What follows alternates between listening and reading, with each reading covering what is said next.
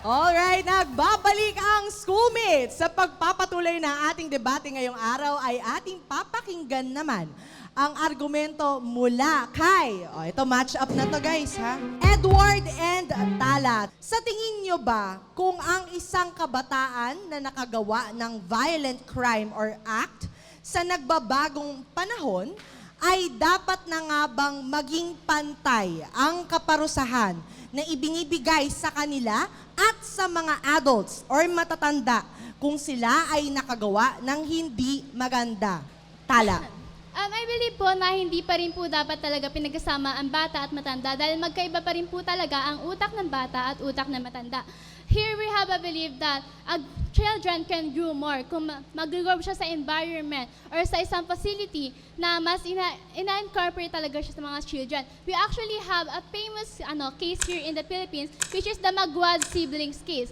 Hindi rin kami naniniwala na dapat maging pantay ang adult punishment and yung punishment sa mga magiging CICL. Kasi nga, nabanggit nga kanina yung development ng prefrontal lobe, yung sinabi nga nila na merong age bracket between 21 to 25. Pero kahit ganun yun, is iba pa rin ang pag-iisip ng isang 21 to 25 compare sa sinasabi nga natin na pagbababa, which is 10 to 12. Okay, now let me continue the case that I mentioned earlier, which is the Magwad the Magwad siblings case. So here, pumatay yung isang perpetrator ng dalawang magkapatid. And here, sabi dito, according sa interview conducted with the parents, nung nag-agree na sila na magkaroon ng interview dahil sa mga nangyari sa anak nila. Sinasabi daw na habang daw kinukuha yung mga perpetrators, sinasabi daw, hindi po kami pwedeng ikulong, di ba? So, saan niyo po kami dadalhin? So, with that, aware na talaga sila sa mga legal capacity na meron sila. So, nandun na nga tayo, tinanong nila na saan kami dadalhin? We have rehabilitation center at nandun na nga yung pinaka-point ng rehabilitation center is yung restorative justice, which is magkaroon ng second chance doon sa mga bata na magkakaroon. Kasi nga, hindi naman lahat ng bata, hindi naman pwede sabihin na sinabi nila na we have na ginawa namin to. Yung iba doon is sabi ko kanina is victim by circumstance. So, pag sinabi ba natin na yun nga, yung bata na yun is iba doon sa mismong pag sinabi ba natin victim by circumstance. So you're telling me that Bahay Pag-asa is enough for heinous crimes. Actually, meron nga nag-open up na case dito ever since na napunta sa rehabilitation yung perpetrator ng Magwad siblings. Ang sabi doon, nakakagamit pa rin ng social media yung perpetrator. Imagine, the perpetrator has more freedom than the victims themselves. Is that the justice that we're looking at? So kapag iniisip natin na nakakaroon pa rin ng access sa social media ang isang perpetrator, ano bang magagawa niya once na makalaya na naman siya? Okay, yun nga sinasabi natin na meron ng loophole doon sa mismong Bahay Pag-asa. Why not strengthen it first? Yun nga sinasabi natin, kaya nga meron tayong rehabilitation center to rehabilitate. Kung may problema man ang rehabilitation centers, mangyayari yun internally, pwede natin ayusin yun by palitan yung mga trained professionals doon, yung mga social workers doon, dahil sila mismo yung problema. And it doesn't mean na ihahalo natin sila doon sa mga adult na nakagawa ng kulong kasi iba yung bigat nung punishment pagdating sa restorative and direct imprisonment. Well, first of all, I didn't even mention na paghahalo natin yung mga bata at saka adult. At saka sa rehabilitation center, do you think rehabilitation or Bahay Pag-asa is enough consequences for heinous crimes? Kaya nga sinasabi natin na it promotes restorative justice. We are being gentle doon sa mismong... How about the victims themselves? Yung buhay na kinuha nila, mare-restore pa ba yun? Yun nga eto. Ngayon, pag sinabi natin na pumatay ang isang bata, ito ba? That's violating human rights. You're protecting children's rights, but you're violating human rights. We are not protecting them. We are just How are you not protecting them? You are not them. putting them in prison. That's protecting the criminals.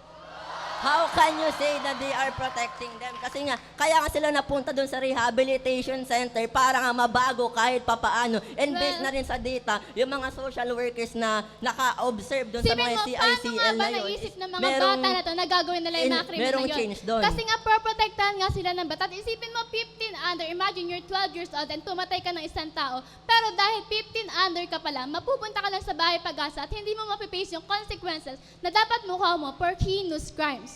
But does that mean na kailangan natin silang i-direct imprisonment? You are, We are not you are directing them. There's a eliminating, due process you are about eliminating heinous the process Due of rehabilitation process. center. Due Meron tayong process. alternative route. All right. Thank you so much, Edward and Tala. Now, let's pass the baton to Enrico and Car. Naniniwala ba kayo na ang isang kabataan na nakagawa ng krimen at sumasailalim sa mga interventions at yung mga sinasabi nga nating rehabilitation under Juvenile Justice Act ay hindi na muli uulit or magiging repeat offender ng violenteng aksyon sa kanilang or sa kanyang ginawa or nagawa? Okay, so meron akong example na ibibigay sa'yo na itong mga tao na to ay nasa rehabilitation program which is drug rehabilitation program. Merong isang lalaki na nagpatay ng 2 lalaki sa loob mismo ng rehabilitation program. So ibig sabihin, it is that efficient enough na ilalagay lang yung mga criminals sa rehabilitation program, pero gumagawa pa rin sila ng mga heinous crimes na yon. Exactly. Ayun na nga yung ipaglalaban natin. Strengthening the implementation. Sabi mo na nga, nakapatay siya sa loob ng Bahay Pag-asa. That means there is something wrong sa implementation ng Bahay Pag-asa O kaya na yun. nga.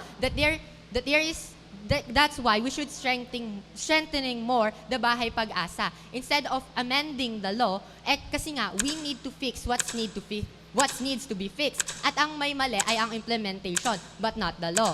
We should also strengthen the accountability for those who committed those heinous crimes. Bakit? Hindi naman na-fix ng mga LGU and mga DSWD lang yung mga nagko-commit ng mga heinous crimes below 15 years old. So that we can also integrate the lowering of age criminal liability into 10 to 12 years old. So para mas maging makapaniwala na natitake nila yung accountability na sa ginawa nilang crimes na yun. Speaking of accountability, kung ibibigay natin lahat ng accountability sa bata, hindi ba nun matatanggal ang accountability sa surroundings niya? The environmental factors, like the parents, the government. How about the accountability for those two? Meron Ha? siyang choice. He has a choice. They has a choice. It is a matter of choice. Exactly. Pero nga, that choice might be affected by environmental factors. Actually, I have a data. By 2017, there was an increased peak of CICL cases. That is because of the previous administration. Kasi we know that the previous administration they glorify their brutality and they depict it as strength. Ilang data yon sa sinasabi mong CICL? That was released by the Juvenile Justice and Welfare Council by 2017. Ilang data? That was one data that says that there was an increase in 2017. How many? There was an increase of 84%. There were 84% decline from the 2024, meaning that there were there were 26,850 cases of CICL.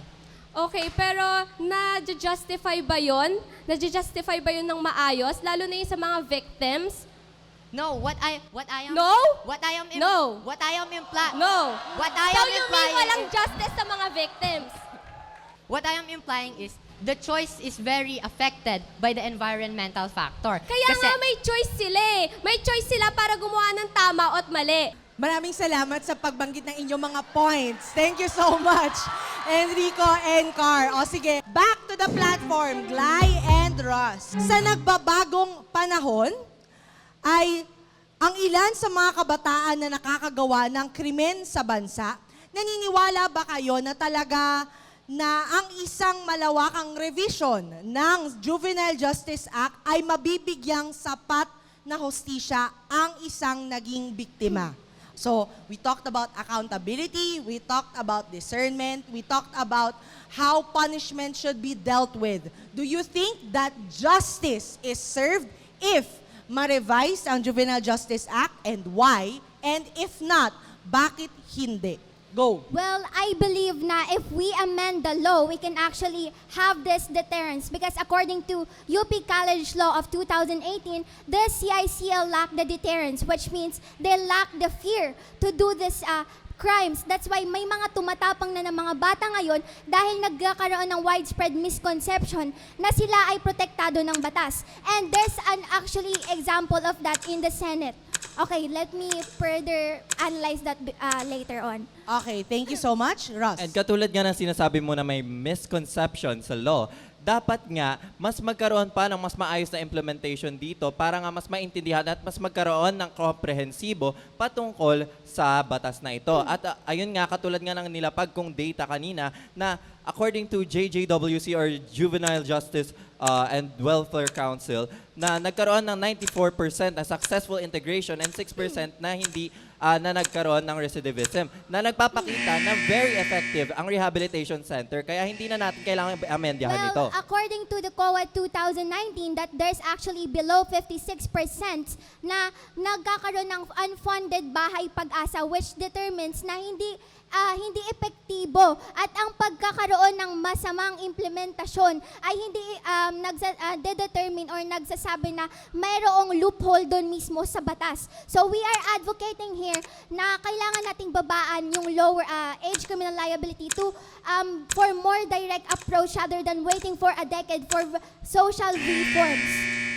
From your situation nga, ayun nga, insufficient nga yung funds at saka yung resources sa mga bahay pag-asa. Why not strengthen it nga? Paulit-ulit tayong sinasabi na dapat na strengthen to dahil paano kapag na-amendyahan na yung law? Tapos ganun pa rin ang funds ng bahay pag-asa. So ano yung pagbabago doon? Well, yun nga kailangan nga natin ng mga approaches and this approach can actually lower the crimes that are happening right now.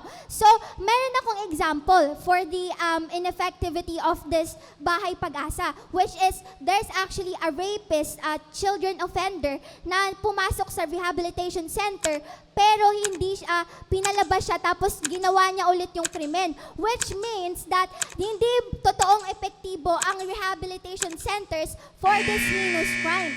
Pero hindi ibig sabihin nun na kahit iilan yung kaso na sinasabi mo na hindi ito epektibo, ay hindi na epektibo mismo ang rehabilitation Pero hindi centers. rin ibig sabihin nun na porket okay na yung sinasabi yung batas, ay kailangan na nating mag-settle for bare minimum.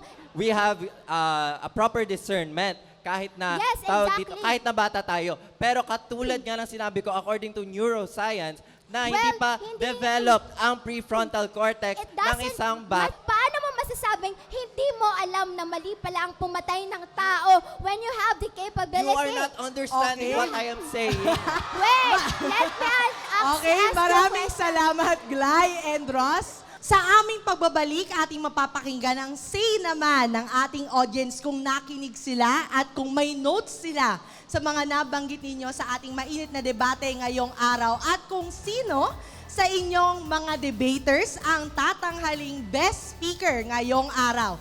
At lahat ng yan ay sa pagbabalik lamang ng Schoolmates.